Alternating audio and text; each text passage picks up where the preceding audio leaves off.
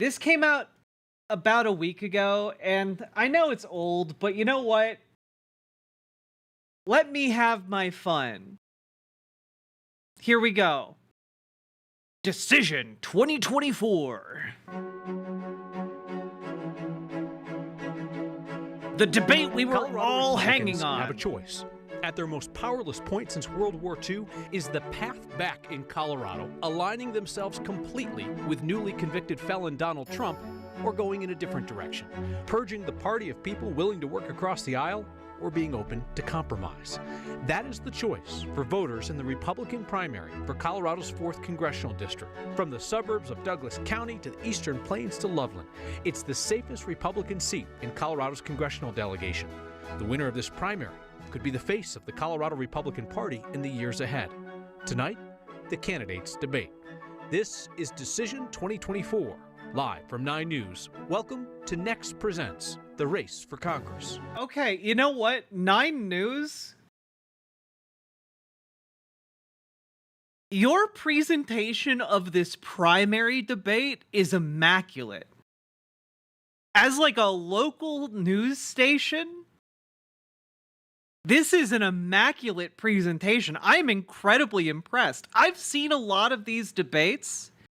Usually they are sub PBS quality. I would say like local access station quality. This is you guys have your stuff together. I'm impressed. Good job.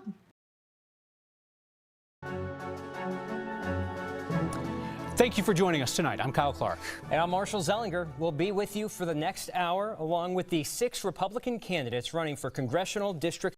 I'm sorry, does this guy have tiny little glasses on his tie?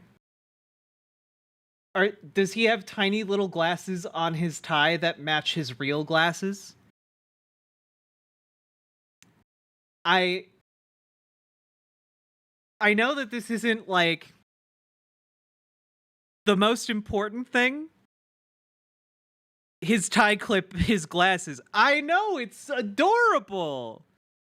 That's such an adorable, like, accessorizing. Look, and they're wearing tiny little 9s to show that they're on the 9 News station. That's cute. Guys, they coordinated accessories for this. 9 News. I'm impressed. 4. So let's meet them. Congresswoman Lauren Boebert, who currently represents Colorado's 3rd congressional. Oh my god, and the camera swing. Just the smooth transition, and all of the candidates are already there. You guys had a vision and you're pulling it off. District on the Western Slope, but has moved to Windsor to run in the 4th. Logan County Commissioner and former state lawmaker Jerry Sonnenberg. Conservative activist and former talk radio host Deborah Flora from Douglas County. State Representative Richard Holtorf from Akron. 3-time congressional. This man looks like he got lost. This man took the wrong exit from the freeway and just wound up here. Candidate and mortgage broker Peter Yu from Windsor, and former State House Minority Leader, State Representative Mike Lynch of Wellington. A note for folks at home: for all of our debates, we say your title in the introduction, but that's the last time you will hear it. We don't refer to candidates. I would prefer if you guys didn't use terms like trailer trash. Just call her trash. I feel like trailer trash is like classist in a way that I dislike. It's using either elected or educational titles. You, as voters, will determine who will hold the title representative. So this is a Republican primary debate. We are going to focus largely on issues of importance to Republican primary voters and on where you differ from one another on those issues, as opposed to where you differ from Democrats. And this is a debate, so as you know, we welcome respectful disagreement. Candidates have agreed to a few ground rules. He was on his way to Akron, Ohio, and wound up in Akron, Colorado. Ahead of time, 1-minute answers, rebuttals, and continued discussion at our discretion. 1-minute closing statements, and a chance to ask each other questions, which we have seen in previous debates might be the highlight of this one. Because of the number of candidates, we'll occasionally ask you to raise your hands for yes or no questions, and that will allow voters to clearly see where you stand on various issues. So let's get started with one of those. Former President Donald Trump is now a convicted felon. Convicted today on 34 felony counts for falsifying business records to influence the 2016. Okay, chat, a little game. How many of these candidates do you think are going to distance themselves from Donald Trump? There are 6 of them. I'm guessing only one will be like, yes, he should not be the leader of our party. I'm guessing one of them is going to try and do that to like stand out.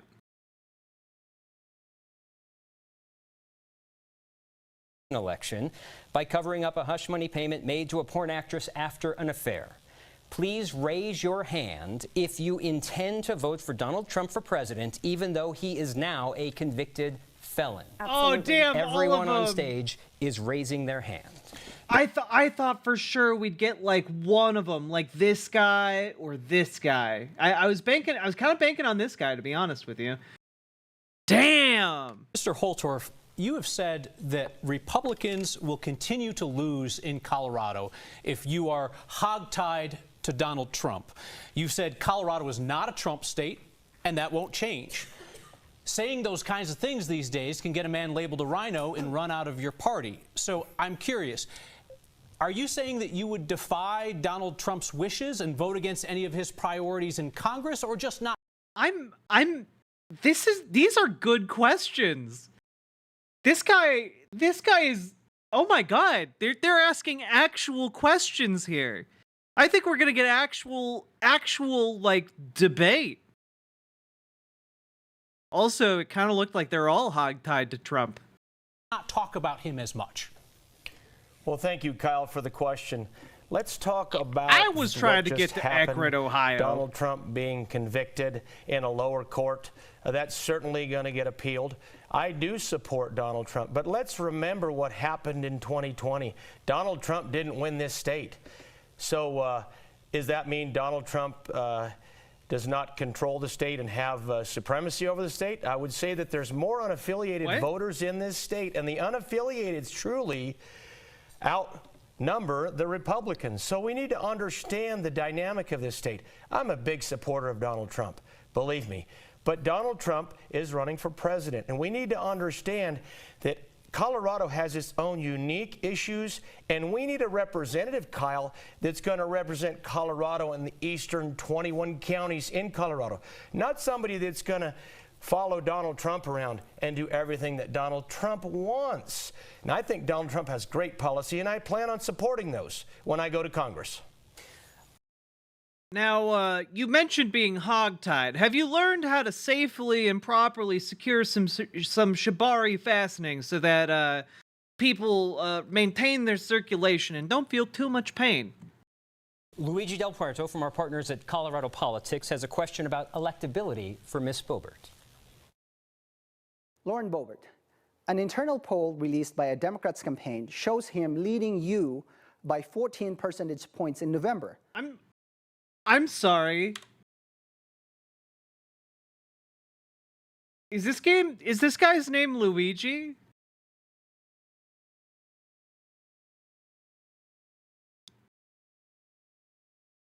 I'm sorry. I wasn't expecting a Luigi in Colorado. I wasn't. You know, I guess that's my Alfredophobia rearing its ugly head once again. Democrats campaign shows him leading you by 14 percentage points in November. Or is it Luigi? Luigi. A large number of voters are undecided, according to this poll, but this is now the second survey showing McCorkle's lead well outside the margin of error. Oh, thank God. Actually, if Lauren Boebert took the nomination in the primary, that'd probably be good in the general election for Democrats, yeah? It suggests you are vulnerable in a heavily Republican district like CD4, just as you were vulnerable in CD3, your old district, which is also a heavily Republican district. Are you not risking your party's very slim hold on the majority? What do you say to people who argue that any one of your primary opponents here can ably represent conservative values in Congress, but not offer the risk of losing the seat to Democrats? First of all, I'm not trusting any internal polls that are secretly released by a Democrat campaign. And I think the Democrat who released that internal poll needs to be focused on his own primary, which he is scheduled to lose to his opponent, Trish.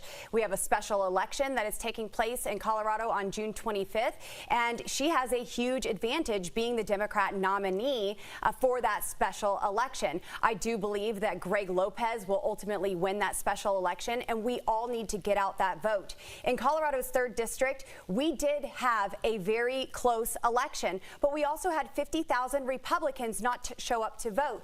And maybe it's because those Republicans were frustrated at other elected Republicans who have failing conservative records, who refuse to stand with President Trump, and they felt abandoned statewide and nationwide. But no matter what, this is the time for us to show up and get out the vote. I do not believe me being here is making this a vulnerable seat. This is a huge move for conservatives in Colorado. So just to be clear, Ms. Boebert, you blame Republican voters for the fact that you nearly lost a safe seat and not your own conduct. Oh my God! Give this man a raise! Holy moly! Oh! Oh my God! This guy! Yeah, critical damage! Oh my God, dude! Not a raise. Yeah, put this guy on the nightly news on the national level. My God! Just dropping the bomb. My God. Let's go. Colorado News. Colorado 9 News. You have your shit together. When 50,000 Republican voters do not show up and think that their vote does not matter, that does make an impact on elections. That's why we have Get Out the Vote campaigns, and that is why we need to start collecting ballots and follow the rules that have been put in place by Democrats so we can start winning elections again. In the 3rd district, I campaigned hard, I governed well, I govern as I campaign. I have bipartisan work, and I have passed more legislation out of the House in this Congress than any other member in the Colorado delegation. I am proud of the work that I've done serving my constituents in the 3rd district and serving the entire state of Colorado. We're going to hear from a few of you on this issue of electability. Ms. Flora, you said this week that poll, which granted is a Democrats' internal poll, right? So you always take that with a grain of salt. But you said that poll, quote, shows that Lauren can't continue to run from her drama and divisive antics that nearly cost Republicans one safe seat already. You wrote, we can't risk losing CD4 as well. We're talking about the safest Republican seat in Colorado's congressional delegation. Can you specifically outline for voters what you are talking about when you're referring to Ms. Boebert's drama and divisive antics? And do you really think it could lose a safe seat like this? Oh my God. This guy brought out the hatchet for Lauren Boebert's career. Oh my God. I did everything right and they indicted me. Lauren Boebert throughout this entire debate. Oh my God. Thank you for the question, Kyle. I mean, the reality is CD4 has been redistricted. It is now a 73% suburban, 49% unaffiliated district. I have traveled all over the 21 counties and will work very hard to represent the rural areas as well. But with this change, and with CD3 being 65% rural, this is almost a mirror opposite. As I've traveled all over listening to voters, so many of the unaffiliated voters are Republicans who've left the party because they're tired of the purge and purify, the drama and the dysfunction. And many also are unaffiliated voters who do not understand, because no one has persuaded them that our policies are the very things that will solve the issues that keep them up at night.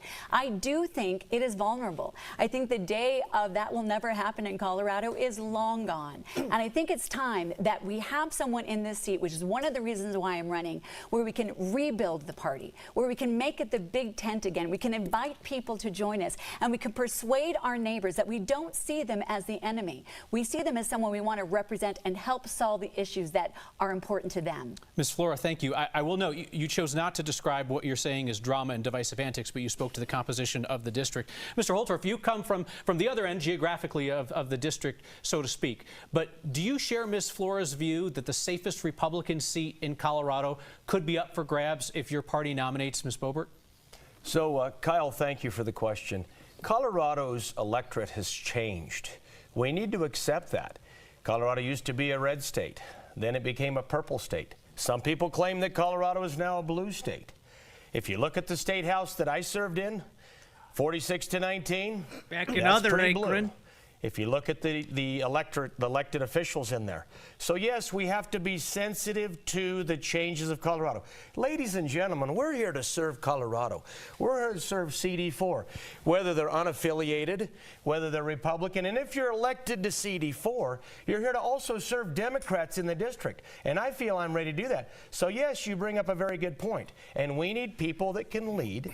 We need people that understand. I don't know, serving Democrats? That sounds pretty socialist to me. Socialism is when the government does stuff. Huh. Understand that demographic. So thank you very much for pointing that out. I want to give Ms. Boebert an opportunity to respond after I ask the rest of you for a show of hands on this question. Hey, Charlie. Who here believes that if Republican primary voters nominate Ms. Boebert, that she could realistically lose in November? Mr. Lynch, Ms. Flora, and Mr. Yu say they believe that she could realistically lose. Mr. Sonnenberg, Mr. Holtorf do not believe that she could realistically lose. Let me clarify. November. I answered the question, so I didn't know. Okay. You wanted. Do you believe that she could lose in November? Let me clarify. I know I'm a newcomer here because I thought this was Ohio, but turns out it's Colorado. But I can make some adjustments. Please let me respond. It's very possible, yes. Okay, I'm going to raise my hand just to clarify. It's possible. Okay, thank you. Ms. Boebert, an opportunity to respond to what they've said. Yes, well, it's interesting to hear Democrat talking points from my Republican opponents talking about... Oh, damn! She really just dropped that. Go fuck yourself. She really just dropped that. About this purge and purify process in the Republican Party. We just want people who are elected who actually represent our values. I have represented almost 30 rural counties in Colorado, and I am seeking to earn the support and votes from 20 more plus Douglas County. And having that on the ground work has shown so much unity in the Republican Party and bringing unaffiliated voters on our side. Having bipartisan legislation, having good governance in Washington, D.C., opening up the House floor for amendments to empower representatives to represent their constituents, and even working with our state's senators to get legislation across the line. I do not believe that I will make this seat vulnerable. This is a Republican district, and they want a Republican who has a 100% conservative voting record, as I do. Thank you, Ms. Boebert. Many of you have identified immigration and border policy as the main issue in this race. So we're going to spend some real time now exploring that issue and your views. More than guys, I have a real shocking revelation. This is all of their collective immigration policy. Garbage. Pure, undiluted garbage, meaningless, drivel, nonsense. That's all they were. Junk. And when I thought this is what these kids in this preschool are seeing. And yeah, they prepared graphics. The Channel 9 News, easily the best local news station I've seen. 150,000 unauthorized immigrants likely live in Colorado. It's a population far larger than the biggest cities in the 4th Congressional District. It's about the population of Highlands Ranch and Parker combined, double the population of Loveland or Castle Rock. While there's been a recent surge in new arrivals, many of Colorado's unauthorized immigrants have deep roots in the community. In 2019, the Migration Policy Institute estimated that half have lived in the United States for 15 years or more. Damn. That mirrors federal statistics about unauthorized immigration from the Department of Homeland Security. I didn't know that. Shockingly, I did not know that. I did not know over half of undocumented immigrants have been here for over 15 years. That's crazy. God, we need a good pathway to citizenship. We really, really do. Donald Trump is vowing to deport up to 17 million people using local police and the National Guard. Oh yeah, by the way, just in case you're like, oh, maybe that'd be a good idea, that is an awful lot of undocumented immigrants. Just a reminder, we tried that already. We tried it. The United States government in the 60s tried it. They called it Operation Wetback. And that is, in fact, I believe, how it became like a pejorative term widely known across the United States. And it didn't work. Crazy, I know, but it didn't work. Yeah, they literally called it that, Mr. Fear. They literally called it that. And don't use that term outside of that particular context, okay? Well, VCC TV, I think the slur predated the operation, but like it wasn't widely known.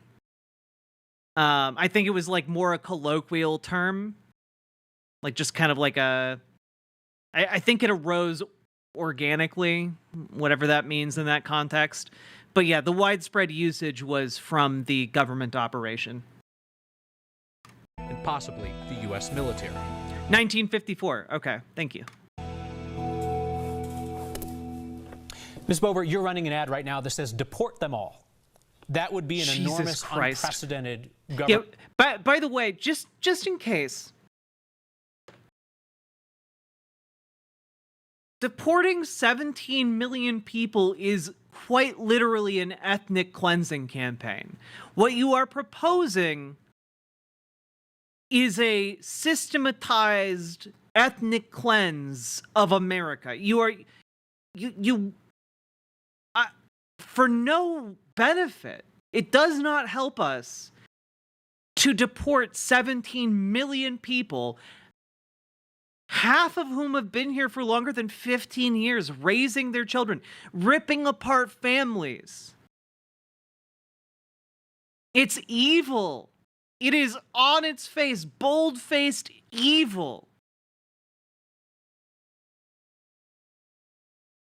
Government action. So if you would please describe in detail how you see mass deportation. Yeah, also, just as an FYI, if we deport all of the undocumented immigrants, expect major economic turbulence, if not collapse, in rural communities. Rural areas of America depend on undocumented immigrant labor. That isn't going to be made better by just having no labor whatsoever. And I know the cruelty is the point. It's always the point with conservatives. But I just need to hammer it home in case anyone seems to be laboring under the misapprehension that this is like a good thing on any level. It's not. Playing out in the cities and towns of the 4th Congressional District, and include, if you would, who you think should be doing the rounding up, where folks would be detained before they're deported, and so forth. First, holy shit. I love this guy. Just real quick, listen to that question. Playing out in the cities and towns of the 4th Congressional District, and include, if you would, who you think should be doing the rounding up, where folks would be detained before they're deported, and so forth. Guys, this guy is asking the questions very matter-of-factly, which I appreciate. But these questions are designed to eviscerate Lauren Boebert. Yes, please include who would be the evil, faceless stormtroopers rounding up all of these poor defenseless immigrants, and where are we going to store them? What prison camps will you construct in order to store all of these people who are going to await deportation, as you cruelly rip them from their families? First of all, having over 10 million illegal aliens coming into our country in under 4 years, this is unprecedented, and this is a massive lift from the federal government. When you have Joe Biden's administration flying illegal aliens from our border, from Central America into our interior, I don't think Joe Biden's doing that. He literally just passed an executive order that is insanely cruel towards immigrants. I don't think he's doing that. This is a problem. If they can fly them in, they can certainly fly them out. If buses can bring them in, buses can bring them out. We have... Yeah, the people busing immigrants around the country are like the governor of Texas and the governor of Florida. They're the ones flying people and busing immigrants around. That's not Joe Biden.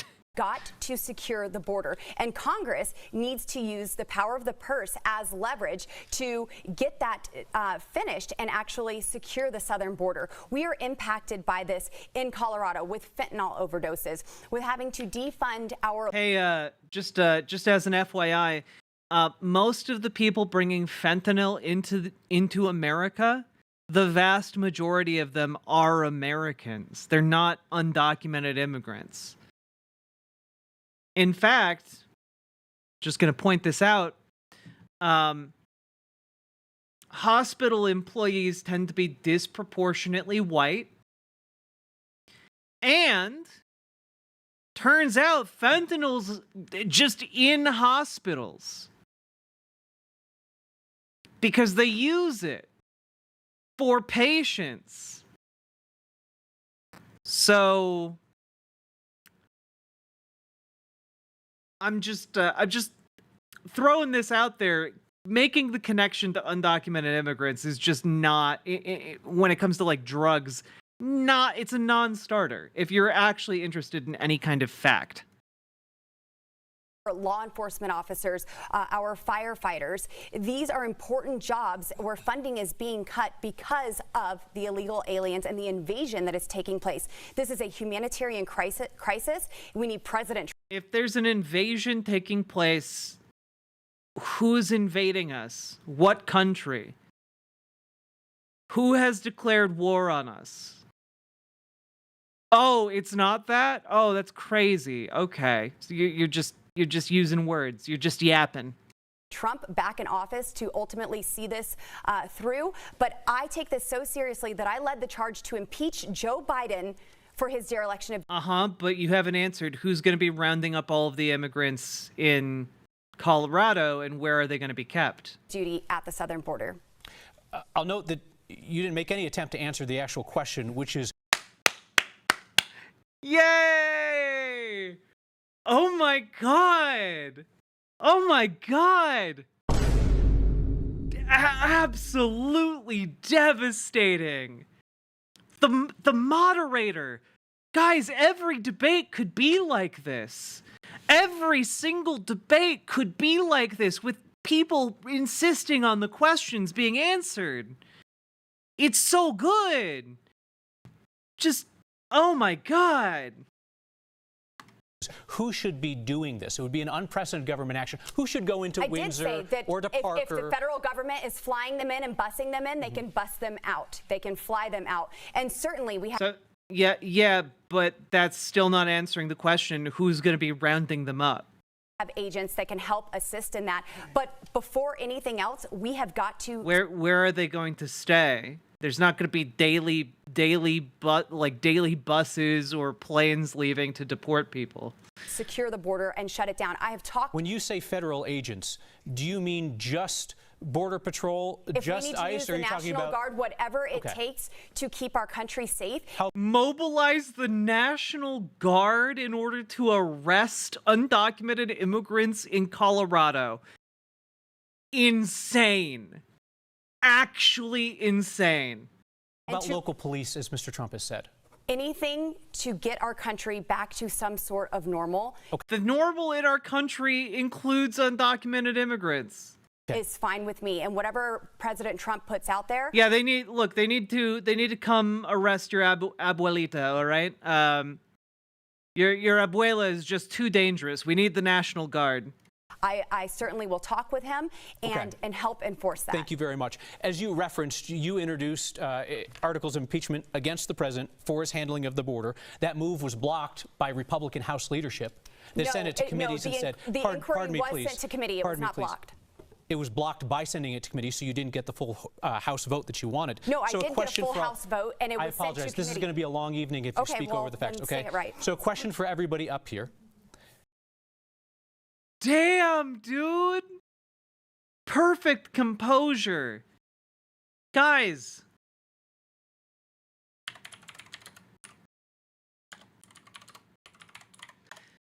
This is the political equivalent. I'm making a very deep cut, okay? I'm making a very deep cut here, but this is the equivalent of the 2004 Daigo v. Justin Wong moment from Street Fighter, okay? This is the Moderator versus Lauren Boebert, okay? This is what's happening. Rare footage of Daigo actually angry. Justin's turtle style. Overcome Rao. Now on the verge of putting Daigo down 1-0.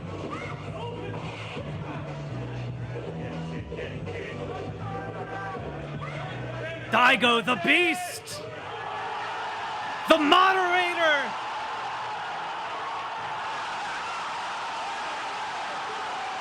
The Moderator turning the tables!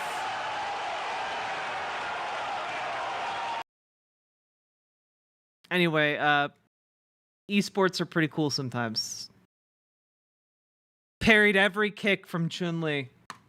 Please raise your hand if, based on what you know now, perfect parry, you would vote to impeach President Biden over his handling of the southern border. Would you vote to impeach him for that? Everyone but Mr. Yu. Thank you very much. Mr. Lynch, you've said that if our country... Yeah. Okay, just real quick, because I autistically am excited and need to explain. Daigo in that clip perfectly parried every single kick from Chun-Li's ultimate combo. Which if you mistime it by like a fraction of a second, you still block it, but you take chip damage. Any amount of chip damage would have ended him and ended like his ability to progress in the tournament or win the tournament. Instead, he turned the tables by perfectly parrying every single kick from a 17 kick combo and then turned the tables to win. Amazing stuff. Amazing stuff. All those kicks from many different angles. Perfect parry. Anyway. Is not going to enforce the immigration laws that are on the books. We need to take the quote-unquote bold step. Yeah, also, if you guys found that interesting, you guys should watch more competitive esports stuff. Specifically, Evo fighting tournaments are insane. They're full of insane stuff like that. Of changing them. You've called mass deportation a kind of extreme solution. What specific bold changes would you make in immigration law? Yeah, well, I thank you, and I appreciate listening to the words of people that have never really passed a law here on the stage, to include Ms. Boebert. I have passed laws, thank you. And out of no, and it's been signed into law. Thank you. My Pueblo Jobs Act has been signed into law. That we would just blanketly go after. We have a number of migrants that come into our state every year to work in our fields. So if we just blindly start rounding people up and sending them across the border, we run the risk of seriously impacting our ag community in this state. So the idea that we have folks that have never really done legislation trying to promote these sort of policies is very dangerous. These are issues that require smart, in-depth discussions before we go and start doing something as silly as, hey, let's just put buses and put them on them and get them out of here. Okay, so you've told me what's silly. What is bold that, change that you would make? Yeah, well, you know, what we need to do is look at our visa policies in the way that we allow people to stay here. I mean, here's the deal. I'm a small business owner. I would love to hire some of these folks. If we didn't legislate in the state of Colorado that I can't afford to hire them. So it's not just like round them up and go with the talking point of let's just throw them out of the country. We need to legislate. That's what we're asking for right here. Thank you, Mr. Mr. Lynch, how many of these 10+ million illegal aliens have visas? We are not talking about visa 10 million of them don't live in this state, Lauren. holders here, and I understand that you are promoting this indentured servitude and do not want people to come here and live the American dream. I've been to naturalization ceremonies, and coming here the right way is the most precious thing that our country offers. Yeah. It is so that's the most precious thing our country offers? The best, I'm sorry, you think the best part of America is coming here the right way?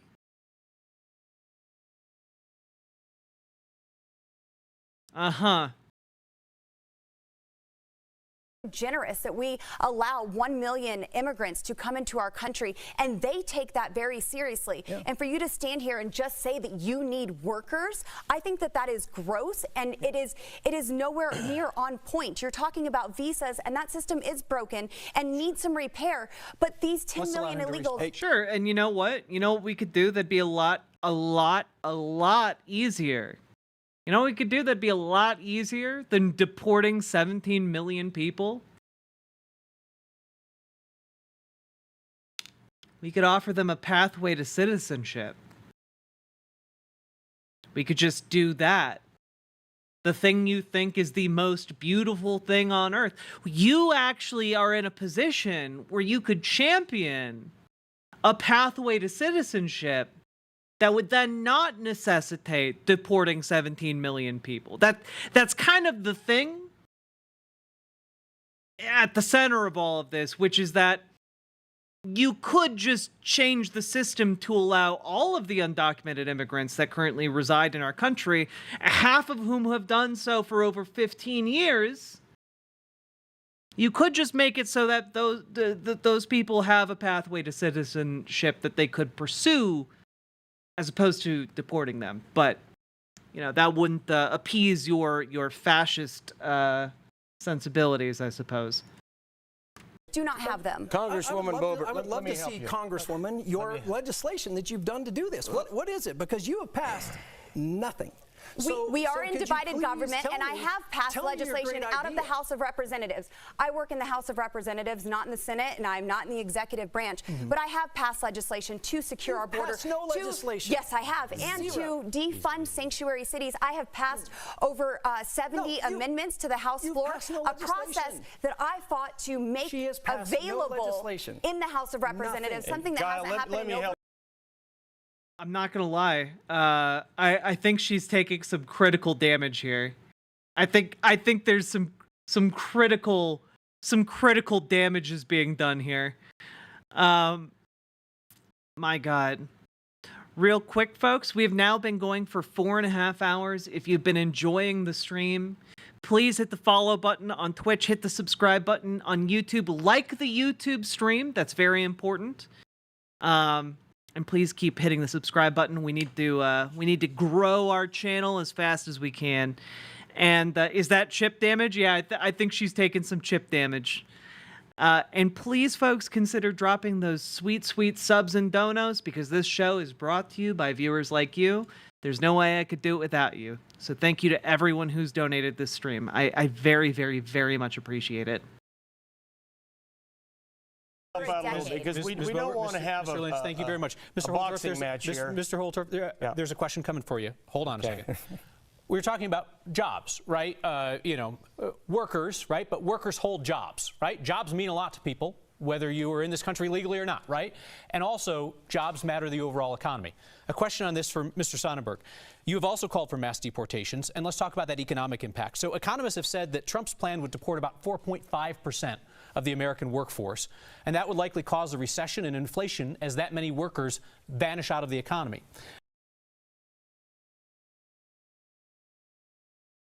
This guy as a moderator is literally just saying right now, Fuck you, buddy.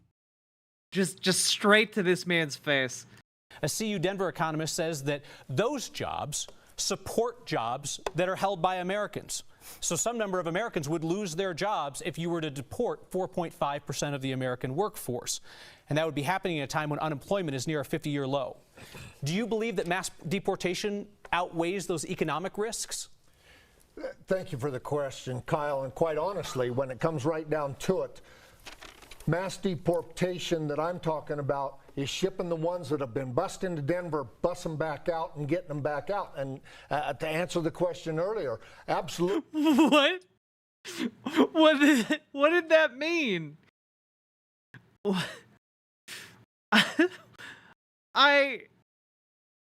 What did that mean? I'm sorry. I need to listen to his entire response. Thank you for the question, Kyle. And quite honestly, when it comes right down to it, mass deportation that I'm talking about is shipping the ones that have been bussed into Denver, bus them back out and getting them back out. And to answer the question earlier. Which ones are being bussed into Denver? I'm sorry, there's a different type of mass deportation that you're talking about? How does it differ? What's the difference? Absolutely. I would use the police. I would use the National Guard. Those people aren't the ones working. Those people are the ones causing the crime. Half of them have been here over 15 years. Undocumented immigrants are less likely to commit crimes than native-born citizens. If you want to reduce the crime rate, I guess you have to start deporting Coloradans. Like, what are you talking about? Crime to go up in Denver and the area around. Imagine, if you will. Do you have any evidence to support that? You know, by the way, if you're concerned about crime rates, there are certain crimes that immigrant communities are prone towards. But the best way to deal with those is to just give them a pathway to citizenship so that they can, like, go to the police, so that they aren't taken advantage of by sex traffickers and such. My God. Because law enforcement has not put that forward. I'm just curious where you're getting that causation. I'm looking at the correlation between the crime rate going up and the immigrants coming in at the... Please, moderator, I will give you anything. Just respond to him. Correlation is not causation. Please. Same time, just looking at those two rising at the same time. So I would attribute that. But ask yourself this question. If indeed you're... So I love how his response to this question is basically, I have no evidence. I just looked at two lines and thought that they were related. Dropped off in a foreign country where you don't know anybody, don't have any avenue for sustainability, don't have a job, what do you rely on to feed and take care of your family? They don't have an option. This is a humanitarian issue, and they need to go back home where they can actually do the work they need to support their family. Mr. Sonnenberg, thank you. Yeah, but the work that they need to do to support their families is here. That's why they come here. For the jobs here. Ms. Flora, you often proudly note that you're from a military family. Your dad was an Air Force lieutenant colonel. You're the wife of an 82nd Airborne veteran. Let's talk about this idea of using the military, right? We've heard two people kind of talk about this already. Donald Trump is talking about it. How would that work if the National Guard or the military were to come into Douglas County where you live and start rounding people up? Thank you. You know, I've been... You come from a military family, right? What would it feel like for the military folks to start coming here and rounding up people? How would you feel about that? And she has to like smile through her teeth. Yeah, it would be great. We do it so efficiently. Down to the border. I did an extensive period going from El Paso, Texas to Deming, New Mexico, Columbus, New Mexico, listening firsthand to Border Patrol, ICE, and DEA. And one of the things that I saw there was a beautiful partnership between the Texas National Guard. I sat in the backyard of a woman named Dolores. Her back fence is the border wall. She called it her freedom fence. And when the Texas National Guard was walking along, she goes, "Those are my heroes." She even said, "I throw cookies to them every day." So she might have quite an arm. But the reality, why does she... I have so many questions. Why is Dolores throwing cookies to the National Guard? Why doesn't she simply go hand them cookies? Are the cookies in bags, or are they just going in the dirt? Additionally, why are they your heroes? It was Dolores being attacked by immigrants? Like what's the story there? Like what's going on? Why are they your heroes? What has been done to you that makes them heroes to you? the reality is that's the partnership I'm talking about. It is time that we understand that drug cartels are actually... Because it seems really weird to leave out the part of the story where immigrants harmed her in any way. Because it kind of seems like maybe they didn't. It kind of seems like maybe Dolores wasn't like being harassed by immigrants. It seems kind of like they left her alone, and she seems to attribute that to the Texas National Guard. Actually pretty much a narco-terrorist military organization. The reality is they control our border. They control a vast majority of Mexico. That's my... What? You think a narco-terrorist group controls the vast majority of America's southern border? You genuinely believe that? Because that's crazy. It's a crazy thing to think and believe. Yap expansion, malevolent ramble. Yeah. Also,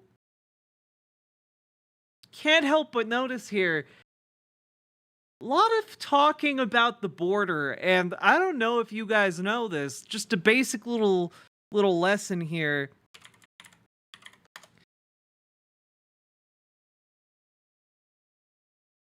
The state of Colorado is not actually on the border. It's actually quite far away.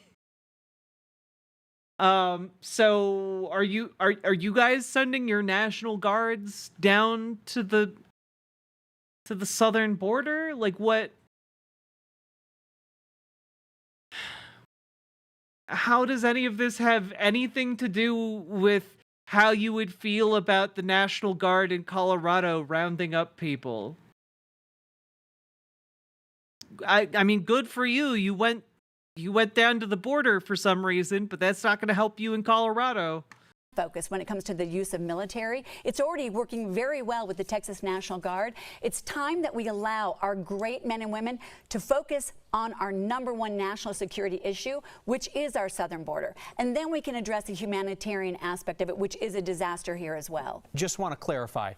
That's happening in Texas because a Republican governor has mobilized the Guard in that way. Democratic governor in Colorado is not going to do that. So the options would be send in the U.S. military or have a future President Trump nationalize the Guard under the Insurrection Act. They're doing such a great job down in Texas. Apparently no undocumented immigrants crossing the border in Texas. act and say, you know, bring in guardsmen from out of state into Douglas County. You think that would work? I think that it is time that we take it very seriously for what it is. Would you like to answer the question? I will, because I do think somebody that's got Mr. Holtorf, you've been interrupting people constantly. I would ask you to stop. Ms. Flora, could you please answer the question? Yes. Bringing in out-of-state National Guardsmen or the U.S. military in Douglas County, do you feel like that would work? Not into Douglas County. That's not what I'm talking about. What I mentioned is to secure. Notice how she's dodging the question repeatedly. Repeatedly. I think they have confused New Mexico with Mexico. Yeah. Send them down to the New Mexico border. That's what they mean. Oh, God. Also, Catalina Gearbox, thank you for responding to my call to action. Secure our border. That is what is required. And we also, by the way, have to... Oh, so you're not in favor of mass deportations, because the question was about the mass deportations. Stop the President of the United States from suing border states who are doing their own work. The question was about the actual work of rounding people up in Douglas County. But we took a couple tries at that. There is deportation happening. And damn! Moving right along. We took a couple tries at that. God damn! Just dropping the F off. Just constant Phoenix Wright moments here. In Colorado, Mayor Johnston is doing it because he says he can't afford the illegals that they've invited in. He's not deporting anybody. He's certainly offering people onward telling people we will secure a bus and for the get you folks out. here, there's actually two military members here. Mr. Holtorf, your question on immigration is coming from our partner Luigi Del Puerto from Colorado Politics. That would be great. I'm ready to answer the immigration question, but we have a captain.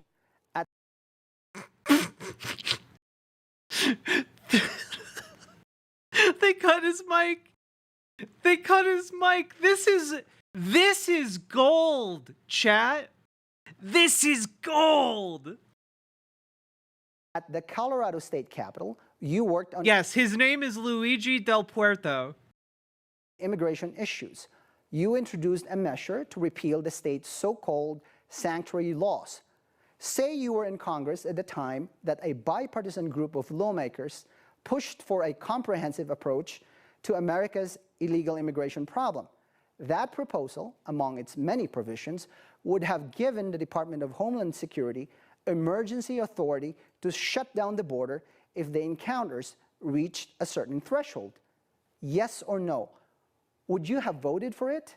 Please explain your answer. So I'm going to start with explaining the answer. You were asked a question. Your response is assumed to be explaining the answer. This guy really did get lost on the way to Akron, Ohio. My God. And then we'll talk about the yes and no. But first of all, there's two people that served at But first of all, I'm not going to answer your question. In the military. There's one person that served in the National Guard. There's one person that's a retired colonel that actually knows strategic studies and understands how the National Guard and the active duty works and how they can work together under posse comitatus laws. So let's talk about immigration. First of all, nobody here may know, and I know, Kyle, you don't know, Marshall, you don't know, that my father was an immigrant. My father came from Spain. I was born in Spain. Yo hablo español. Mi idioma de nacimiento era español. Yo puedo conectar con la gente. Oh, yeah, you connect with the people really well because you speak Spanish? I wonder how well you're going to connect with them when you tell the undocumented people of Colorado that you want to deport all of them. I bet they're going to connect very well with you. Que están inmigrantes. You guys don't know this, but I do. Okay, first of all, let's talk about immigration. It's very complex. And there's a lot of people here that want to be in this country, that want to become U.S. citizens, and many of them should have the right, just like my father. Okay, now with respect to the bill I ran, the bill was to repeal the 2013 laws in Colorado that said you cannot allow local or state government to work with ICE. Do you think that the local and state government should work with the federal law enforcement when we have such mass immigration and there's criminal elements in this country? I say yes, and that's why I ran the bill in the state. Unfortunately, it was not passed. Okay, now, but this is very complicated. Mr. Holzhoff, you gave 30 seconds of a biography, and that was your choice. Thank you for your answer. Mr. Okay, Yu. but at least you know a little more about me, Marshall. Thank you, Mr. Oh my God, dude. Oh my God. This guy is reveling in the amount of power he wields right now. Look at his smile. That's the smile of a man who knows what he just did. That's the smile of a man who just said, "Go fuck yourself." In real time. Amazing. Mr. Holzhoff. Mr. Yu, you're the son of immigrants you've said came to America legally. I'd like to ask you about people brought to the U.S. without authorization by their parents. You've said providing temporary legal status for those children, DACA, is a draw for more illegal immigration. The program is currently frozen by a court. Should DACA recipients, so-called dreamers, keep their temporary status and stay? Should they be put on a pathway to citizenship, or should they lose their status and be deported? So when it comes to basically DACA and our dreamers, I do believe that there should be a pathway to citizenship, but for those who have basically been here for X amount of years, for those who have basically come recently, I do not agree, because some of them don't even have a court date until 2031, which would be 7-8 years down the road. Yeah, but the dreamers are already here. Like that's been frozen by a court date. No one is a DACA recipient for like years. So for those who have been in our country in the past, who brought her, this is the only country they know, I am open to that idea, but also open to the idea that they are actually law-abiding citizens, that they are contributing to society, and that they are respectable parts of our community. As a son of a family that immigrated here, the only one in my family born here, we know how blessed we are to be here. We are lucky to be here, considering the fact that there is a chance we could have been in some undeveloped country making $2 a day. But we came to this country legally. We basically have 7 children who all became extremely successful, and I'm proud of that. But I'm also making sure that we also have laws, because until we actually secure this border, which I want to extend about a fortunate amount of time, I would love to be able to explain exactly what we should do in regards to our border and making sure that we don't have this full influx. Well, that was good for the minute. We're going to move on and get back to other questions. Let's talk about the price of groceries. Price of food for Americans right now. So food prices have gone up under the last 6 presidents, but President Biden has seen the largest jump in food prices, about 20%, based on what you're measuring. So there's a good question about what the Biden administration is doing about it, but there's also a question about what Republicans can do about it. Ms. Boebert, this session of Congress is on track to be one of the least productive in history in terms of the bills passed. Your Republican House colleague Andy Biggs said, "We have nothing to go out there and campaign on." Another House Republican, Chip Roy, said the Republican majority does not have one material, meaningful, significant accomplishment. And that's what the Republicans are saying. What has the Republican majority in the House done about the price of groceries? Kyle.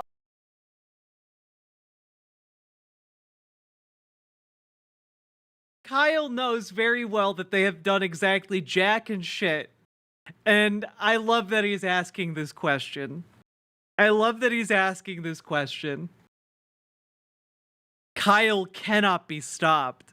Well, we have certainly tried, and Congressman Andy Biggs and Congressman Chip Roy, these are my colleagues that I serve alongside of in the House Freedom Caucus, and I share their frustration. On every battle, we have been in closed-door meetings with the Speaker, whoever that may be, Kevin McCarthy, Mike Johnson, and trying to use, as I said earlier, our power of the purse, that leverage, to actually accomplish something and force the Senate to take our legislation and send it to the White House. What is that legislation on food and grocery prices? Energy is a great piece. Damn, dude. Damn. Energy is a... What exactly have you done? And energy is a great piece of legislation. Of legislation. Our H.R. 1 bill is our energy policy. I have 2 pieces of legislation that were included in H.R. 1 that would unleash our American energy production, and that is exactly what we need to do. How does that help the price of groceries? How does drilling for more oil help the price of groceries? To begin and how does that impact food prices? I'm sorry, I'm just trying to clarify. When we are selling our resources and not regulating our communities into poverty.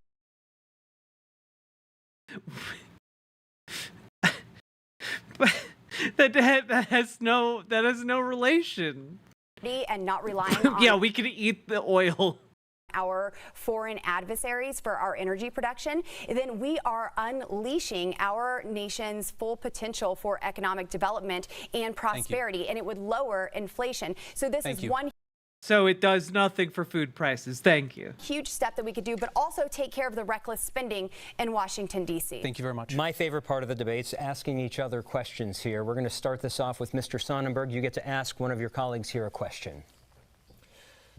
You know, that opportunity arose at the last or at the very first debate, and I chose not to do a gotcha question to any of the other candidates. I'd rather talk about my issues, so I'm going to decline to send a question to any of my other opponents. Understandable. Again, I know at that debate you were told that doesn't have to be quote-unquote gotcha, but I will accept the time back. Miss Flora, you may ask a question of someone else. Jerry, you and I have always taken the higher ground. I only want to ask questions that deal with policy. So I do have a question. As we've talked about, Denver is being overwhelmed by tens of thousands of illegal immigrants.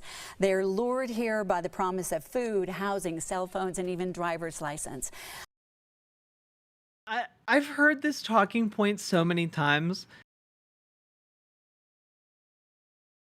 Who's giving out the immigrant cell phones? To me, this just seems like recycled, like, Obama propaganda, where, like, people were saying, like, Obama was handing out cell phones to, like, black and brown communities. And that also was not true. You've been one of the few Republicans that has actually voted for driver's license for non-citizens. What is your thought about the responsibility that may play into incentivizing those desperate people to be coming to these cities? Incredible. She's literally asking him, why do you think we should make sure that undocumented immigrants have a basic level of proficiency before they drive a car? Can you not understand the very obvious benefit of making sure that everyone who's operating a motor vehicle has been trained in how to do so and follow the rules of the road? I feel like that's a pretty obvious benefit, because either they're going to be trained or they're going to not be trained. In which case, you just have a bunch of very dangerous drivers. That's a great question, Deb, and thank you for asking, because quite honestly, the motive behind voting for that bill and supporting that bill was so we know where they're at.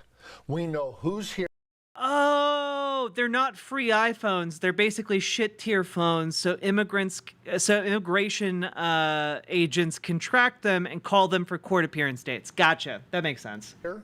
Why they're here and where they're located. We also, if you have a driver's license, then you're required to have insurance to drive, and that was important as well. But the main reason was specifically to make sure we know where those illegal immigrants are. Thank you, Mr. Sonnenberg. Mr. Holtorf, you get a question to another candidate.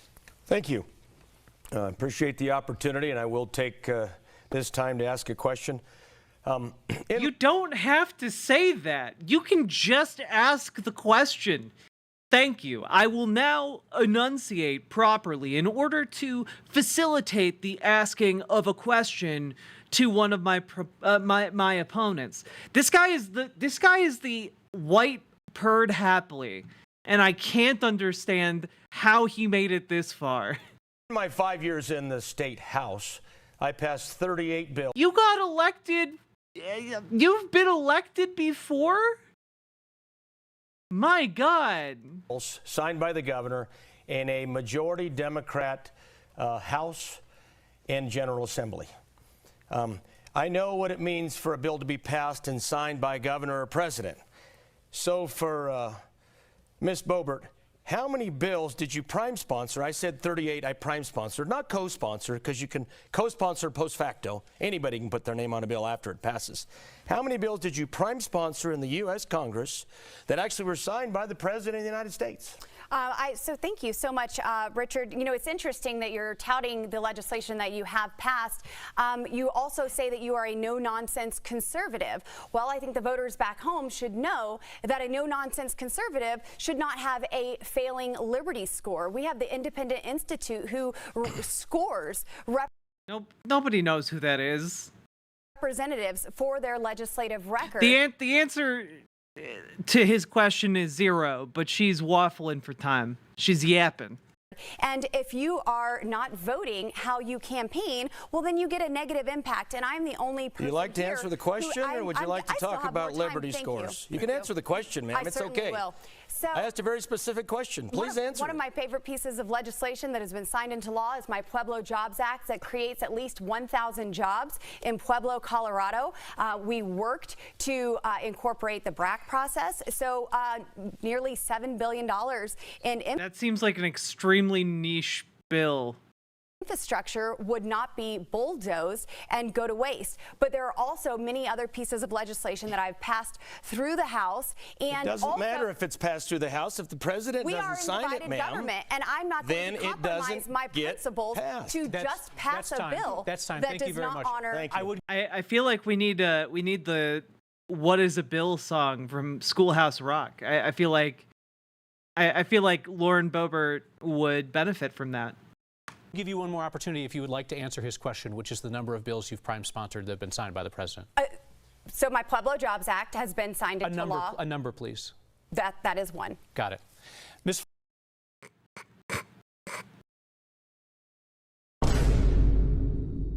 Whoopsie.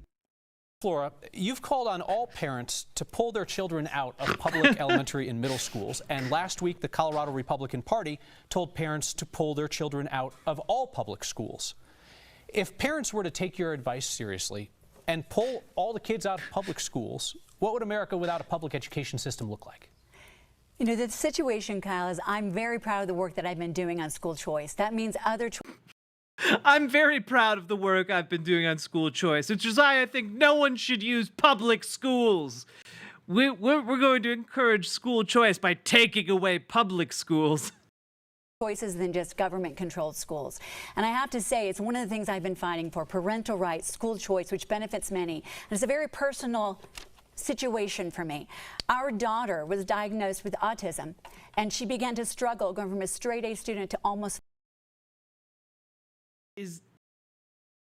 Is this woman gonna blame vaccines during this debate? Is she gonna stoop that low? Okay, so she was diagnosed with autism and then suddenly she went from a straight A student? Flunking out. If we had not had the opportunity for something other than a government-run school, I don't know where she would be today.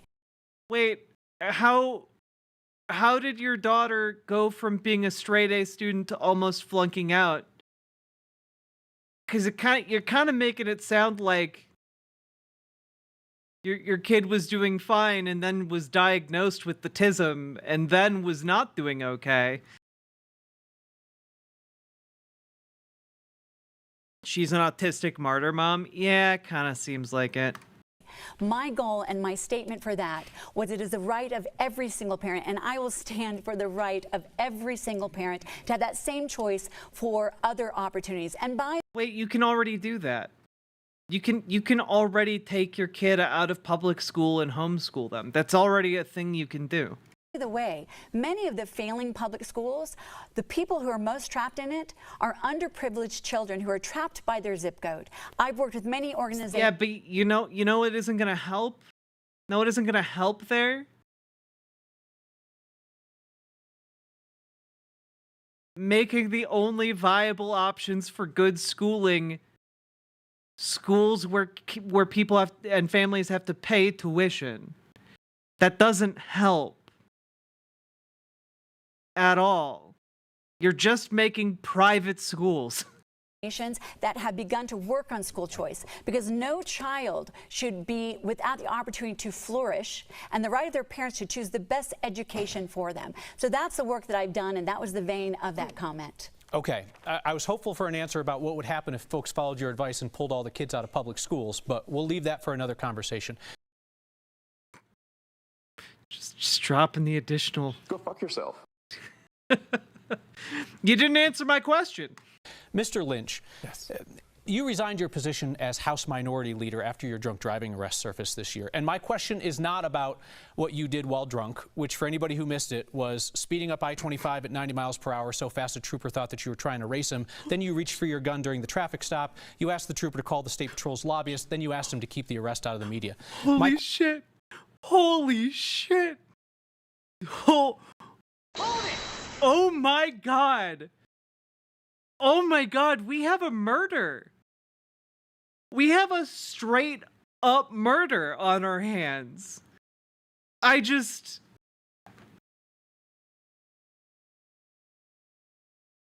need to listen to that again because that was insane. Oh my God. Question is, you resigned your position as House Minority Leader after your drunk driving arrest surfaced this year. And my question is not about what you did while drunk, which for anybody who missed it was speeding up I-25 at 90 miles per hour so fast a trooper thought that you were trying to race him. Then you reached for your gun during the traffic stop. You asked the trooper to call the state. He reached for his gun during the traffic stop. What? State Patrol's lobbyist. Then you asked him to keep the arrest out of the media. My question to you is about what you did while sober. Oh my God, dude.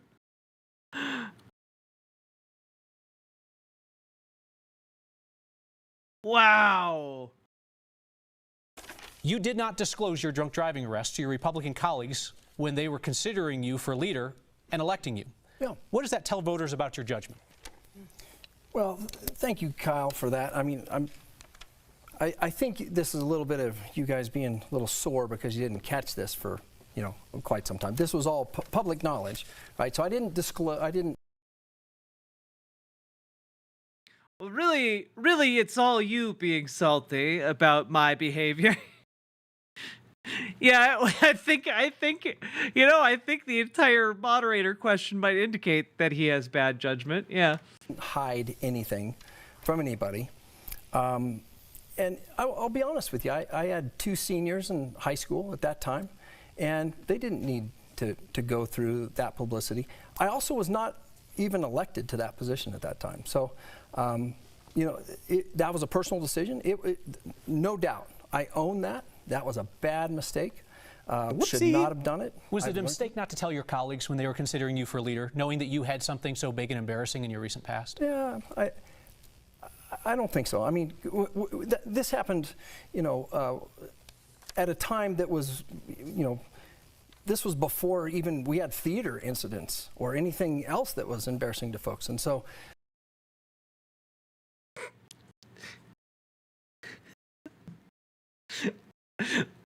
You know, that was a really weak attempt to try to deflect on Lauren Boebert, but I respect it. No, you know, serving in public life is hard work, and exposing your life to it is, you know, a personal decision, and I chose not to. That was about the softest reference that he could have made, but do you want to talk about the theater thing? Oh my God! Oh my God! You have the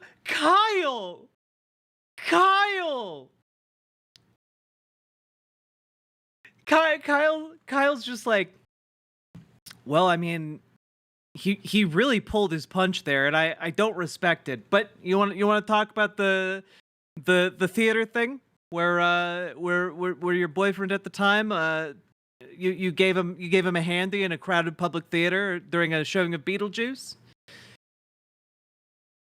It was the softest thing you possibly could have mentioned. Sure. So, Kyle, I certainly She clearly does not have owned up to my night out in Denver, and you know, I've gone on that public apology tour, and I'm grateful for the mercy and grace that has been shown. But I'm not going to continue to live life in shame and be beat up by this. And you know, I would like to go back to my legislative record for just a second. We're not going to do that. You had plenty of time to answer the question. Guys, this is easily the best debate I've ever watched in my life. easily. I want Kyle to moderate every single debate on like the presidential level.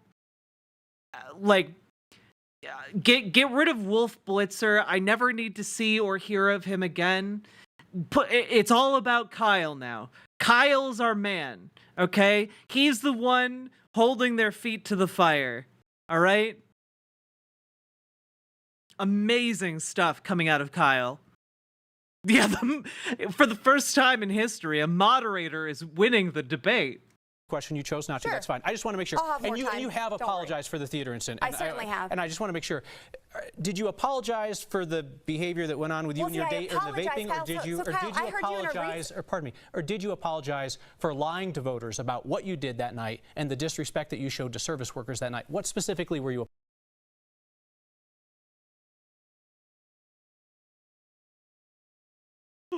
Fuck. Oh my God. Oh my God. Kyle. Kyle. Kyle.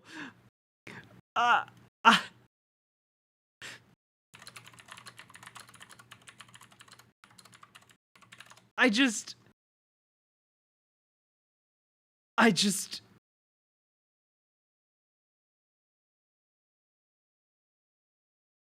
it's just this.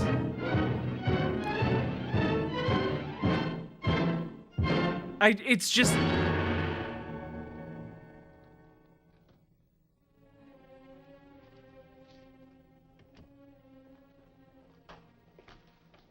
Can I help you? I'd like to see the man in charge. He's in here. It's just this. This is happening right now. I want to report a murder. This is happening. The bodies are piling up, and Kyle's just putting them 6 feet under. I don't believe there was disrespect. There were things that were absolutely taken out of context. There's video of your interactions with service workers. I'm asking, right, are you apologizing for the lying to voters? It's been reported that I flipped someone off, and I did not. So, I mean, I think it's been very mischaracterized. I'm apologizing for you, Kyle Clark, getting footage and releasing that. And people seeing this in a very private moment. Certainly. It was very important to figure out whether you were telling the truth. Well, wait, it wasn't a very private moment. You were in the middle of a crowded public theater. Just had an interview recently with CityCast Denver. You just had an interview with CityCast Denver, and you were saying how disgusting it is to record someone without their knowledge. Let's talk about the use of earmarks in Congress. You did that very same thing and released it to the world. Members request funding for pet projects. That's what an earmark is, and this is incredible. So we are all in agreement that Kyle is winning Colorado's 4th district, right? In a just world, he would be written in. Some Republicans have rejected that process as like wasteful and corrupt and that kind of thing. Colorado's Republican Congressman, former Ken Buck, did not. I love that Kyle, as this has gone on, has increasingly had a just a doesn't give a fuck attitude about this. I mean, look at how he delivers this, right? Corrupt and that kind of thing. Colorado's Republican Congressman, former Ken Buck, did not participate in earmarks. Retiring Republican Congressman Doug Lamborn did not use earmarks. Ms. Boebert, when you were elected to Congress, you said that earmarks were wasteful. You said they foster corruption. You said they're a way to buy votes. And then you decided to start using them too. So let me ask all of you, show of hands, please. Will you participate in the earmark process if elected to Congress? Absolutely. That is a yes from Mr. Lynch, Mr. Holtorf. Pardon me, please allow me to say these people's names, okay? Mr. Lynch, Mr. Holtorf, Mr. Sonnenberg. A no on earmarks from Mr. Yu. It depends. It depends from Ms. Flora. Okay. So I wanted to ask a follow-up question on the issue of earmarks. Ms. Boebert, you've repeatedly taken credit for projects in Colorado that you asked for funding for, but then you voted against the bill in the end. Bridge over the Roaring Fork River in Glenwood Springs, water treatment plant in Gunnison, I-70 interchange in Grand Junction. You're able to vote no and get the praise for voting no because you know that there are enough other Republicans who are willing to vote for those bills so they'll pass. My question for you is this, and just a short answer, it truly is a yes or no question. If you were the deciding vote, would you still have voted no and killed all of those projects in Colorado that you now take credit for? Yes, and I would have worked for a process. I would have worked for a process to get those over the line, but I worked to get those in, and I have had over 80 initiatives signed into law through. Would you have fucked over your entire state and all of your constituents if you were the deciding vote? Yes, and he's just like, okay, moving on. Amazing responses here. Amazing. Amazing stuff. Through the appropriations I process. appreciate the direct answer. Thank you very much. Yes. Mr. Sonnenberg, we are moving to you now. You led an effort in the state legislature to reclassify a hospital provider fee so the government could keep that money without voter approval, sidestepping the Taxpayer Bill of Rights. The free market think tank, the Independence Institute, called it a massive tax increase and mockingly named you their 2017 Californian of the Year for, quote, destroying Tabor and denying Coloradans a vote on taxes. The question is, do you regret doing that? And can conservatives trust you to hold the line on taxes given your record? Thank you for the question, Marshall, and absolutely I would do it again. If you know, 2009, they put the hospital provider fee in place. That's used to leverage money from the federal government to take care of those people that they have to take care of, that hospitals are required to take care of. In 2017, the Colorado Joint Budget Committee in the legislature decided to balance the budget on the backs of those hospitals and take that money away so hospitals could not have the money they were required to have from the federal government to be able to service those people. So all I did is moved it from one side to another to a separate fund so they could no longer balance the budget on the backs of those hospitals, those private hospitals, those rural hospitals. It's one thing if you're in Douglas County and you drive 5 minutes to a hospital or 7 minutes to a hospital. It's another thing if you live in Carville and you close the hospital at Hugo and you're an hour and a half away when you have chest pains. Thank you, Mr. Sonnenberg. Mr. Holtorf, there are occasions that it seems like you almost take pride in being offensive to people. You told a State House colleague who had lost his son in the Aurora Theater shooting that he needed to let go of his son's murder. Oh my God. What? Bro. Bro. Kyle did not come here to play today. But also, fuck this guy. Fuck this guy. You called a legislator of color buckwheat during a floor debate.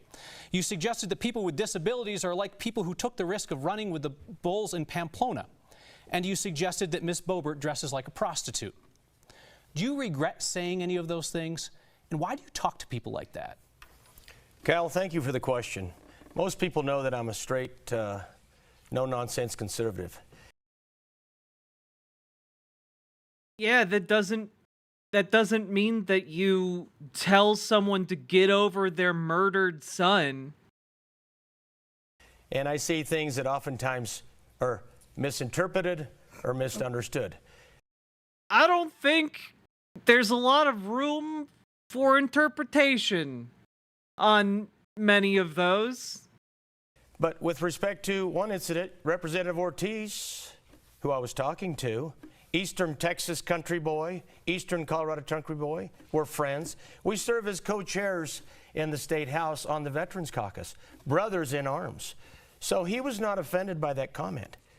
Okay, he actually understood me when we had that. But I don't want to talk about that. Let me tell you what I want to. Yeah, what about the guy you told to get over his dead son? Did he understand you when you said that? 'Cause I'm honestly shocked that no one went to jail over that.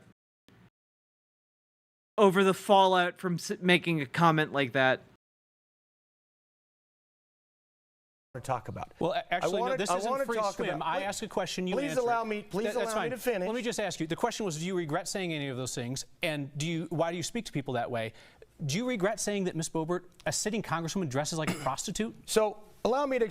I mean, I honestly would have focused more on the dead son thing. than how Lauren Boebert dresses. Explain. I have 5 daughters. Okay, I raised 5 daughters, and I'll tell you what: women, in my humble opinion, particularly if they're a congresswoman, need to dress respectfully and professionally. Okay, there's times when we've been on the campaign trail. Thank you. That's time. Ms. Boebert, I love this moderator so much. would you like to quickly respond to Mr. Holtorf's dress code for women? I don't think that I have a comment on his dress code. I'm happy for with my clothing options, and I don't dress for half the tour for the whole tour. Especially at the theater, right? You're really happy with those options, aren't you, ma'am? Mr.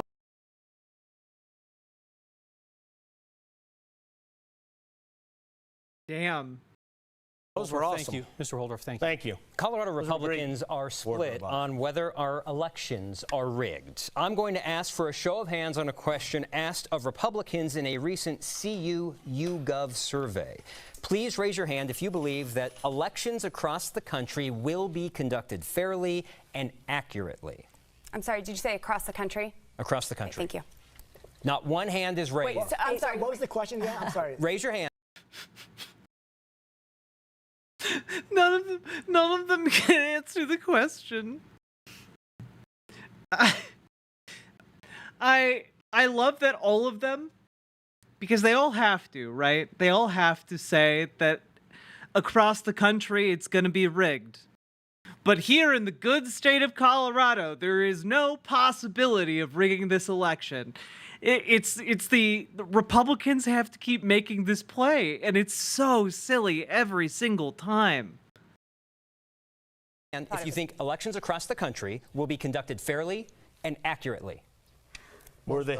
I think most of them will be. So we see a hand from Mr. Sonnenberg, a hand from Ms. Flora, Mr. Yu, and a late hand from Mr. Lynch. Just for some perspective, when that same question was asked, 41% of Colorado Republicans surveyed agreed that elections across the country will be fair and accurate, where 44% disagreed. Were they fair and accurate in 2020? Well, we're about to talk about Pennsylvania? What about Michigan? If you would what stop about speaking, Wisconsin? I can get what about a question Arizona? All right. Please shut the fuck up. Please. Please. Please. Right, thank so let's talk about that. On January 6, 2021, after the pro-Trump mob that stormed the Capitol was cleared out, Congress reconvened to certify the election results. And Ms. Boebert was one of 147 Republicans who voted to overturn the election results.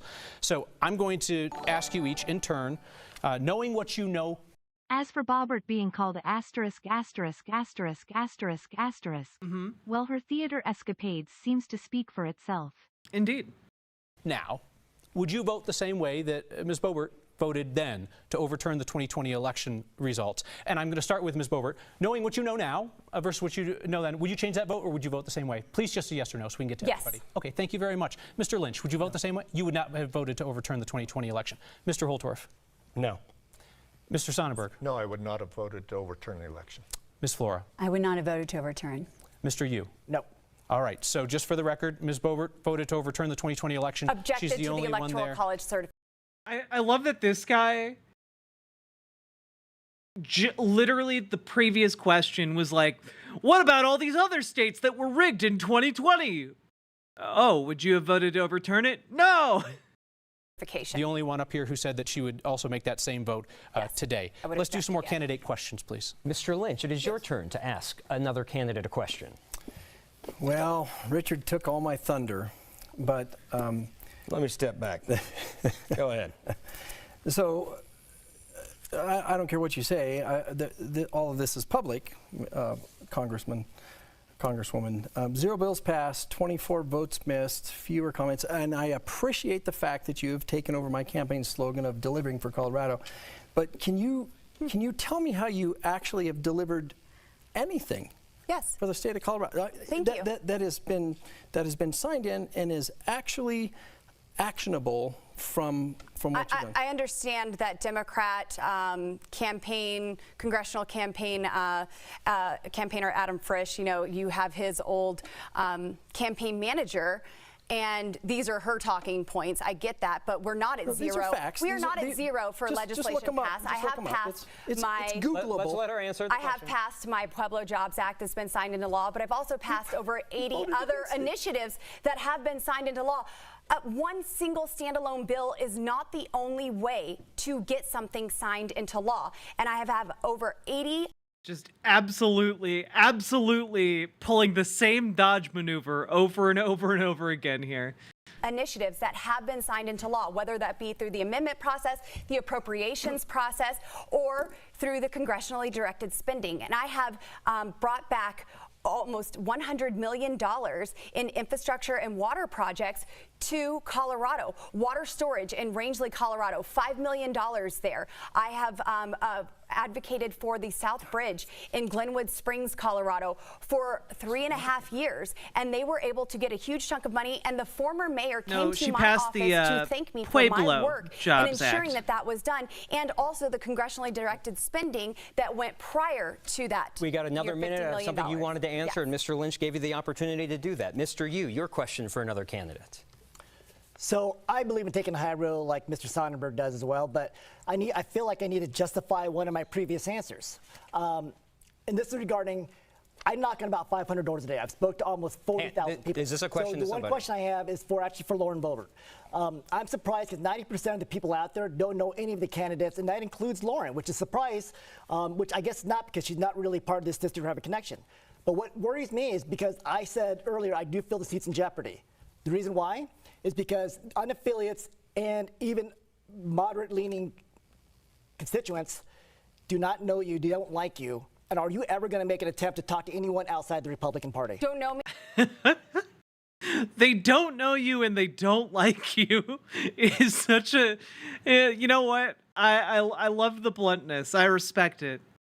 Or don't approve of me, because those are two very different things that you're saying. Okay, so basically it's actually it's one and the same because they don't know you, and the ones that do know you. It sounded like the question was, are you going to talk to anybody outside the Republican Party? Absolutely, and I do on a regular basis. I enjoy meeting with people. I have lived a life of service, from McDonald's to serving people through my church. I'm sorry. Living a life of service doesn't mean that you worked at McDonald's. That's not what that means. That's not what that means. No one... Oh, yeah, I worked in the service, and no, that's not what that means.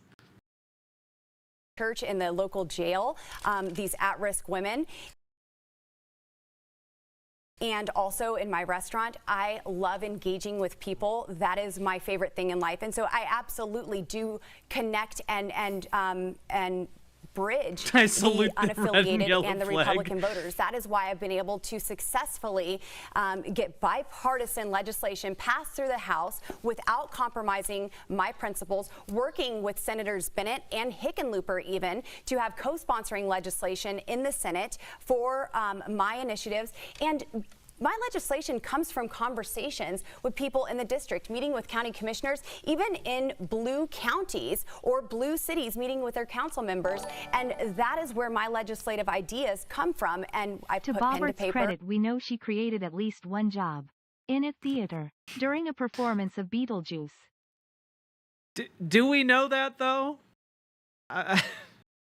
Seems to me like it might have been a failed job. And get them passed. Thank you, Ms. Boebert. You get to keep talking because you get the last question to another candidate. Sure. Peter, you and I are the only two here on this stage who have won a congressional primary. And, you know, one thing that I really love and respect about you is the work that you were putting to talk to people that usually don't show up to a Republican event. I have lots of ideas on how to get more people to events, but you are doing a great job of going door to door and meeting with people one-on-one and talking about the issues.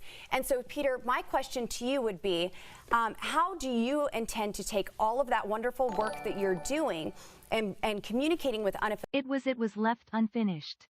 affiliated voters and even Democrats, and make promises that you would still not compromise any of our Republican Party principles? That's a great question. And the one thing I've always made clear is that I am a conservative. Everyone always asks me at the door, are you a Republican or are you a Democrat? And I'm proud to be able to say I'm a strong conservative Republican.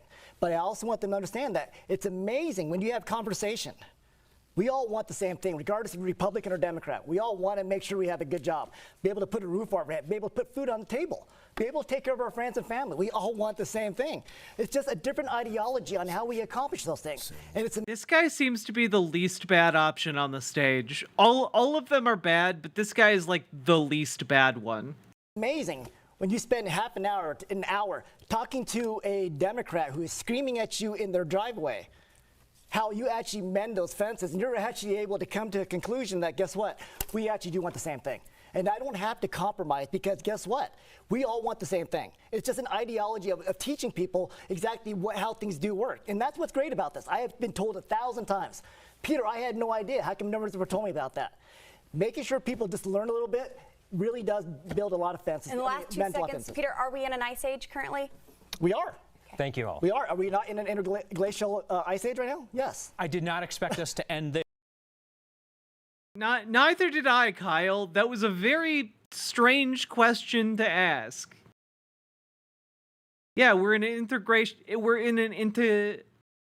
interglacial period. We are technically in an ice age until the ice caps melt, and then we're boned. There, but it's time for closing statements. You will each have 1 minute. The order was randomly generated, shared with the candidates in advance. Mr. Sonnenberg, you will go first. Thank you, Kyle, and thank you for the opportunity to be here as part of this debate. My name is Jerry Sonnenberg, and I'm a fourth-generation farmer and rancher from Sterling, Colorado, on the farm that's been in our family for over 100 years. I live in the same house that both my father and I were raised in. I've raised my family there. I have deep roots in the community. I served in the legislature, where I worked across the aisle and served as President Pro Tem in the Colorado Senate, where I solved problems. I was vice chair of the State Affairs Committee, where we worked to kill the liberal agenda. What are you, a fucking liberal? What? Yeah! The last time Republicans were in charge. I was chair of the Ag Committee, where we worked on issues to help oil and gas, on water issues, on natural resources, all of those things that are important to agriculture as well. I'm proud of my record as a legislator. You'll be proud of me as your congressman. Ladies and gentlemen, please go to SonnenbergForCongress.com. I humbly ask for your vote. Thank you. Mr. Sonnenberg, thank you very much. Mr. Yu. Well, Colorado, we have a large primary field, as you can see, and that's okay, because in America, you have the right to run for office, and I'm honored to be on this primary ballot because you, the constituents, put me there. I did not buy my way on this ballot, and so the most likely is whoever wins this primary election will be your next representative. So I encourage everyone to make sure you vote in this primary election to make sure you have the right representative for you. And when you do vote, make sure you have a candidate who represents all 750,000 constituents, not just a small fraction. So I say to the Republicans, I am a solid conservative who follows the Constitution. I say to the unaffiliates, we are on the same page. And to the Democrats, you are always welcome to the table to make sure we find commonality. We need to remember that at the end of the day, we need to put away our disagreements to make sure we remember that we are friends, we are families, and we are neighbors, and that we are all Americans. My name is Peter Yu. I'm asking for your vote. Thank you very much. Mr. Yu, thank you. I appreciate all of you respecting your opponents by staying to. Yeah, he really is the least bad option in this, again, of the Republicans. Obviously, I would love a Democrat to win, but like, if you put a gun to my head and said you had to choose one of these people to win in this election, I'd choose that guy. Time. The next closing statement belongs to Ms. Flora. Like, that's a good attitude to have. I grew up on Lowry Air Force Base, and I have deep roots fighting alongside my neighbors in CD4 as a parent and school choice advocate, as a director of public policy and a radio host. I have stood from the school board to the state house, and now I'm ready to stand for you in Congress. Voters face a clear choice. We've seen how my opponent, Lauren Boebert, would represent us. She's abandoned her neighbors in CD3. She has missed key votes while chasing cameras. She has also been in the center of D.C. Oh, yeah, no, she's evil. I don't trust her. Drama instead of doing the real work of the people. You know, it is time for you to decide. You can either see more of the same dysfunction and the same division, or it is time for new leadership, someone focused on real solutions to secure our border and revitalize our economy. You get to decide that, and I'm asking for your vote. You see, I'm not running from a seat. I'm running for this seat, to serve you and to fight for the future of our children and our grandchildren. That's why I'm asking for your vote. Thank you, and God bless you. Ms. Flora, thank you. She's like if you made the evil version of the president from Battlestar Galactica. Mr. Lynch. Well, thank you, Kyle and Marshall. We've had a checkered past, but I appreciate what you did tonight, which was ask questions about policy. And unfortunately, you didn't get a lot of answers about that. I'm Mike Lynch. I'm a father. I'm a husband. I'm a veteran. I'm a small business owner. And I've actually done this work. I've passed and got signed 50 bills in the State House. I know how this process works. I know it's not about the vitriol. I know it's not about trying to get on TV. I know it's not about. I said that the lady who just talked was like an evil version of the president from Battlestar Galactica. Being a community organizer or being somebody that desires to just be on the next tweet. I realize this is hard work. This is a sacrifice. This is a sacrifice of leaving your community to go serve in D.C. I'm not excited about that. But I've done it for the last 4 years. I've risen to the highest ranks you can here in the state. I would appreciate your vote. It's not time to send somebody who has never been elected to Congress and those who haven't passed bills. Mike Lynch, lynch4colorado.com. Thank you. Mr. Lynch, thank you very much. We have just 2 more closing statements to go. Mr. Holt. I feel like maybe you guys could have put your heads together and brainstormed a better URL than Lynch for Colorado, because that just sounds like a bad time. Thank you very much for the opportunity to introduce myself to all of Colorado. Most people don't know that I'm a retired Army colonel. I served 29 years. I have more geopolitical experience than anybody in front of you right now, having served 5 overseas tours, 2 combat tours, and yes, I'm a battle-hardened, tough combat veteran. That doesn't mean you have geopolitical experience. That doesn't... You killing people in a foreign country doesn't mean you have good geopolitical experience. Combat arms, Army aviator. If you don't know what that is, you need to look that up. I'm also a 3rd-generation cattle rancher, running a business for 17 years successfully. I'm also a businessman. I'm also the House Republican whip. 5 years I've served, and I've passed 38 bills signed by the governor, not just out of the House, like some people have purported, that haven't gotten much done in Congress. I produce and I get things done. I want to talk about one of the candidates here is from Douglas County.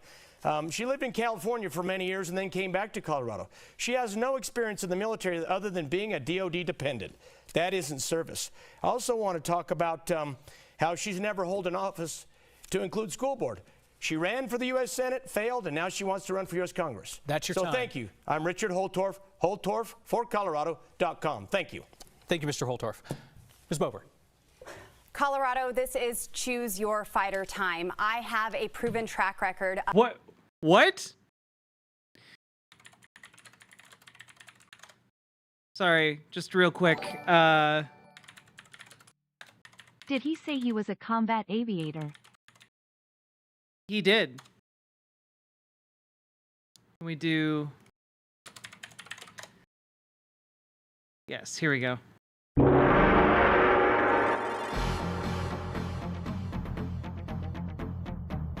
Delivering for you, having over 80 initiatives signed into law, bringing your tax dollars back to Colorado. And right now you see what is at stake. You see the political persecution that is going on with President Trump, the election interference that is taking place with his guilty verdict just announced today. And right now we have got to unify the Republican Party. I understand that my opponents see me as their only opponent and will attack me. I will debate policy all day long. wrong, but we have more important things to focus on. Our farmers and our ranchers need us to get legislative work done. We need to get the wolves delisted federally. I have passed that out of the House, and we need to get that all the way through. We need to lower inflation. We need to bring back our energy jobs. We need to secure the southern border. I am your fighter to do all of that. I have earned top line on the ballot because I have been earning the votes of constituents in the 4th District, and I hope to earn yours tonight. God bless. Ms. Bober, thank you very much. Thank you to all of our candidates for continuing the Colorado tradition where candidates show up to debate, don't duck challenging questions, and engage with each other about their differences. Thank you also to our small and now you must all fight to the death until there's only one of you. But mighty audience in a cramped studio tonight. A special thank you to the outgoing news director here at 9 News, Tim Ryan, who has spent 30 years in our newsroom. He has led our political coverage for well more than a decade, organizing countless debates and relentlessly advocating. What a swan song. Good job. Ballots for this race and the others hit the mail on June 3rd. Final day to vote in person in the primary is June 25th. If you missed any of this debate or would like to share it with others, it will be on demand on 9 News Plus, 9news.com, and the 9 News YouTube channel. Amazing, amazing stuff. The swan song of that producer. Like, oh my God. What an actually great debate. Like, the production value was good. The moderator was top. Honestly, both moderators top tier. My God, 10 out of 10. Oh yeah, no, they're trying to delist wolves from the endangered species list so that ranchers can shoot them on site.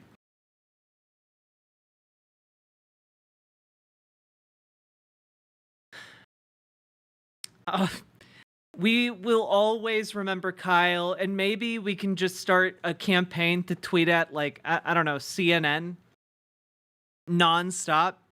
We will tweet at CNN nonstop until we get Kyle hired to be their permanent debate master. Okay? He's not a master debater. He's a debate master. It's a very different position.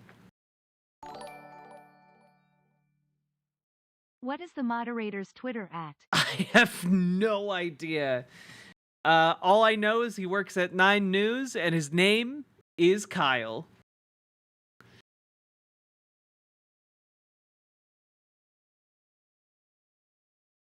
Landom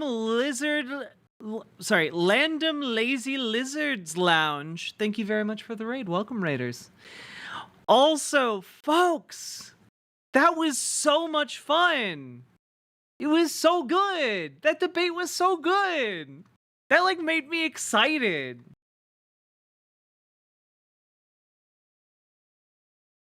Kyle Clark. I'm like afraid to learn more. I'm afraid to learn more about this man because he was so goddamn cool.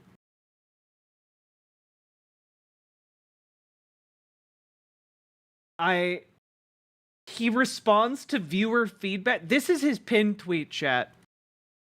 We finished with feedback tonight from a less than satisfied next viewer, an Instagram comment from Jeff in Brighton. Jeff writes, "If bull was music, you'd be a brass band." Ladies and gentlemen, and Jeff, Denver's own Guerrilla Fanfare. What?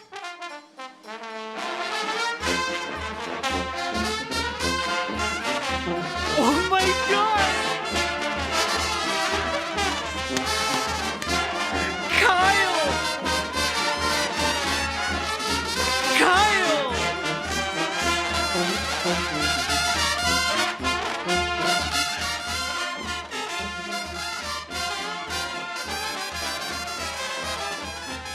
Kyle with the ultimate. Fuck you. Amazing.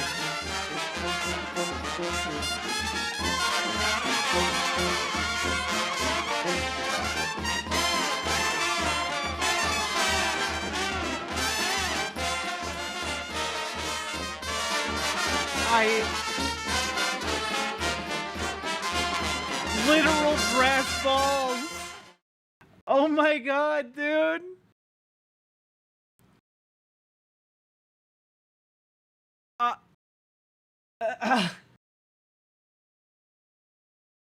I'm following him on Twitter. What an absolute Chad.